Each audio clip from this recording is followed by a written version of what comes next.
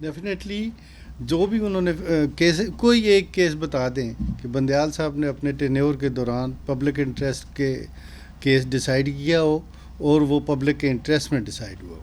انہوں نے ڈیلے، یہ جو فیصلہ انہوں نے جاتے جاتے نیب کے متعلق کیا ہے، یہ 2 مہینے 3 مہینے پہلے 3 ماہ پہلے بحث ہو چکی تھی اور ریزرو ہو گیا تھا. جو کیس ریزرو کر لیا جائے، اگر اس کا ٹائم زیادہ ہو جائے تو دوبارہ ہیئرنگ ہوتی ہے، اور پھر جج صاحب کی ٹرانسفر ہونی ہو گئی ہو تو 1 ہفتہ پہلے ہی وہ کام اس طرح کے چھوڑ دیتے ہیں. اور انہوں نے ریٹائرمنٹ ہونی تھی ان کی، وہ جس دن ریٹائر ہونی تھی اس کے اگلے دن بلا کے جی یہ فیصلہ کر دیا.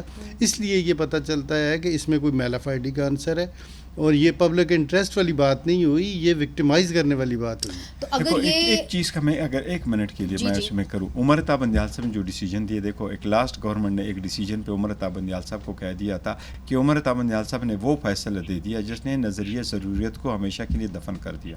لاسٹ حکومت نے جس طرح ججز کو اور کون سا خاص فیصلہ نظریہ ضرورت کو دفن کر دیا؟ وہ جو نو کانفیڈنس والا آیا تھا، یہ ساری امپورٹڈ حکومت زیادہ کھڑی تر تو تھی اور انہوں نے کہا تھا کہ یہ نظریہ ضرورت دفن کر دیا تھا. یہ شہباز شریف کے الفاظ تھے، یہ انہوں نے ایسے کیے تھے. یہ گزشتہ حکومت نے جتنا سپریم کورٹ کو متنازع بنایا کسی نے نہیں کیا.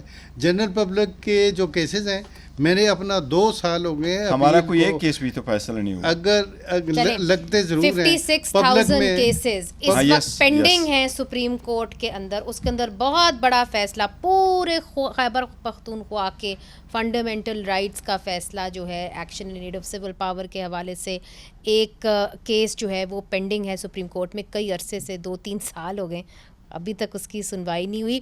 تو اسی لیے لوگ یہ کہتے ہیں کہ جی آپ کسی دائرے کار کے اندر فوراً لگ کے اور اس کو فارغ کر دیا جاتا ہے. اس کا مطلب ہے کہ وہ آڈیو جو تھی وہ بالکل ٹھیک تھی، اس کا فورینسک ہوا ہے، اور انہوں نے تو اسے آپ ان کی مدر ان لا کی آڈیو کی بات کریں.